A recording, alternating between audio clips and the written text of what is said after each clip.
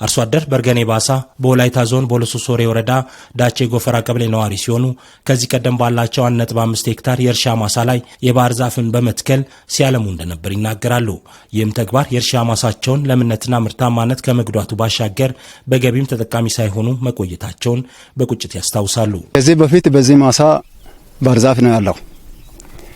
ባህር ዛፍ ሰውን በዚህ ችግር ውስጥ ማግባቱና እራብ ስለሚያስከትል ውሃ ከመሬት መጥቶ ጥቅሙ ዛፍ ለራሱ ተጠቅሞ ሰውን ጉዳት ውስጥ ስለሚጥል ወረዳ መሬት አስተዳደር ትምህርት ሰጥቶኝ ስልጣና ሰጥቶኝ ወረዳ ጠርቶ ትምህርት ሰጥቶ ቀበሌ መጥቶ ትምህርት ሰጥቶ ገንዘብ ባስገቡት መሰረት ባህር ዛፍ ላይ እርምጃ ወስጄ ቆርጬ አንስቼ ጉቶን ነቅዬ ከልጆችም ከሌሎችም ጋር ጉልበት ስራ ውስጥ ገብቼ ጉቶን ሙሉ ለቅዬ ካወጣው በኋላ እርሻን ጀመርኩ።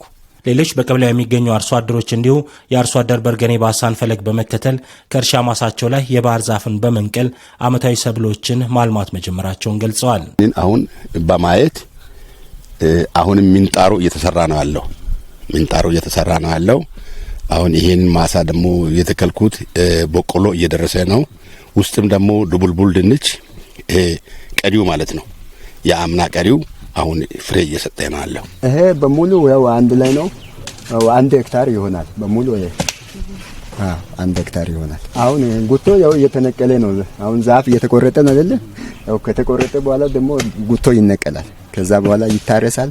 ከዛ በኋላ ይዘራል። አሁን ላይ የወረዳው የመሬት አስተዳደር ጽሕፈት ቤት በፈጠረላቸው ግንዛቤ የባህር ዛፍን ከማሳቸው ላይ በማስወገድ አመታዊ ሰብሎችን በማልማት ተጠቃሚ መሆናቸውን አርሶ አደሮቹ ይናገራሉ።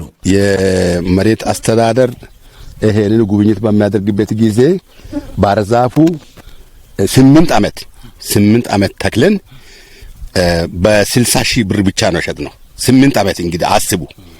አሁን ይሄ የትና የት ነው ገቢ ላይ በገቢ ሲመናዘር በጣም ዝቅተኛ በመሆኑ ይሄንን ተረተን መሬት አስተዳደር ይሄንን በሰጠን መመሪያ መሰረት ነቅለን ይሄንን ለመትከል ችለናል። እንደም ለራሴ ይሄንን ተጠቃሚ ሆኜ ሌሎችንም እያስተማረው ሌሎችም ደግሞ ይሄንን ወደኔ መተው ትምህርት እየተቀበሉ እዚህ ባህር ዛፍ ብቻ ጫካው ነው ያለውን ባህር ዛፍ ተነቅለው ይሄ ምርት ይሄ ውጤት የደረሰበት የቦሎሶ ሶሬ ወረዳ መሬት አስተዳደር ጽሕፈት ቤት ኃላፊ አቶ ዳንኤል ደሳለኝ እንደ ወረዳ ባህር ዛፍን ከዓላማ ውጭ አርሶ አደሩ እየተጠቀመ መቆየቱን መገምገሙን ገልጸዋል። በወረዳው ካለው የእርሻ ማሳ 50% የሚሆነው በባህር ዛፍ በመሸፈኑ ምርታማነት ላይ ተጽዕኖ ሲፈጥር መቆየቱን ገልጸዋል።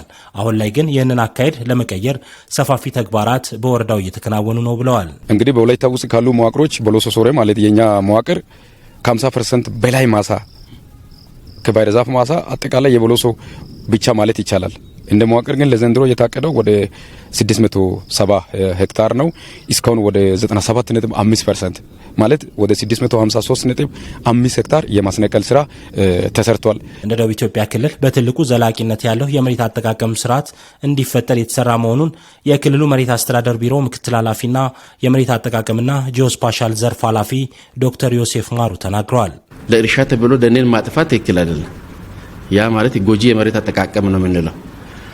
ለምሳሌ ለእርሻ የሚውል ቦታ ለምርትና ምርታማነት የሚውል ቦታ ለምሳሌ ወደ ባህር ዛፍ መቀየር ሊሆን ይችላል፣ ወደ ሌላ ላንድ ዩዝ መቀየር ሊሆን ይችላልና እሱን አመጣጥ ነው የእርሻን እርሻ ቦታ እርሻ ተስፋፍቶ ደንን እንዳይበላ ከተማ ለከተማ ተስፋፍቶ ከተማ ዙሪያ ያሉ ሀብቶችን ተራሮችን እንዳያጠፋ ባላንስ ተደርጎ በጂኦስፓሻል ላንድ ዩዝ ፕላን መሰረት ባደረገ የመጠቀም ነውና ይህንን በአሁን ሰዓት ቢሮ አዲስ በሆኑም ሰፋፊ ስራዎች እየሰራን ያለንበት ሂደት አለ። አክለውም የመሬት አጠቃቀምን በተገቢው መንገድ ለማስኬድ በትክክለኛ የመረጃ ስርዓት ላይ እንዲሆን ስራዎች መጀመራቸውን አብራርተዋል። ትልቁ እንደ አገርም ሀብት እያለን ሀብትን በአግባቡ ቆጥረን እንድንመራ የመረጃ ስርዓቱ ነው ችግር ጋፕ ያለው። የመጣውን መረጃ በዘመናዊ ዲጂታላይዝ በማድረግ ሁሉም እንዲጠቀም ለምሳሌ የፌደራልና የክልል የተገናኘ አይደለም በዳታ ቤዝም። ስለዚህ እነዚህ መረጃዎች በቀላሉ አክሰሰብል እንዲሆን ተማሪዎች በአግባቡ አክሰሰብል እንዲሆኑ የጥናትና ምርምር አካላት በአግባቡ አክሰሰብል እንዲሆኑ ለክልል ውሳኔዎች ለምሳሌ ደን ሚናል ሽፋን ነው ያለው አምቢገስ ኢሹ ሊሆን ይችላል። ግን በቴክኖሎጂ ለክተህ ስታመጣ አኩሬት ነው የሚሆነው ለውሳኔ ሊሆን ይችላል ማለት ነው። የደን አልፎ ደግሞ የማዕድን ቦታዎችም ጭምር ምን አይል የውሃ ሽፋን አለን እንደ ክልል ፓርኮችም ጭምር ይሄ አንድ ጋር ትራንጉሌት ስለሚደረግ እነዚህ መረጃዎች ደግሞ ተሰብስበው በአንድ ዳታቤዝ በሰርቨር እንዲቀመጥ የማድረጉ ስራ እንደ ክልልም አሁን በስፋት የጀመርንበት ሂደት አለ። የደቡብ ኢትዮጵያ ክልል መሬት አስተዳደር ቢሮ ኃላፊ አቶ ሰብስቤ ቡናቤ አርሶ አደሩ ያለውን መሬት ለተገቢው ዓላማ ብቻ በማዋል ይበልጥ ተጠቃሚነቱን ለማሳደግና ሊከሰቱ የሚችሉ ተፈጥሯዊ አደጋዎችን ለመከላከል ቢሮ በትኩረት እየሰራ መሆኑን አስታውቀዋል። ኢቭን አርሶ አደሩ የራሱ ህጋዊ ማሳ ሆኖ መታረስ የሌለበትን ማረስ የለበትም ብለን ነው የምናስበው የምናስተምረው። ህጋዊ ይዞታው እንኳን ሆኖ በጣም የናዳ አደጋ ሌሎችን ችግሮችን ሊፈጥሩ የሚችሉ ህጋዊ ይዞታቸው ላይ ፍራፍሬ አትክልትና ፍራፍሬ ቢተክሉ ዛፎችን የሚጠቅሙ ዛፎችን ቢተክሉ ነው የመከርን እሱን እየሰራን ያለ ነው። መሬት አጠቃቀሙ በጣም ወሳኝ ነው። እሱን ዋናውን እኛ የዲጂታይዝ ያደረግን ያለንበት እዚህም ሆነን ለመቆጣጠርም ጭምር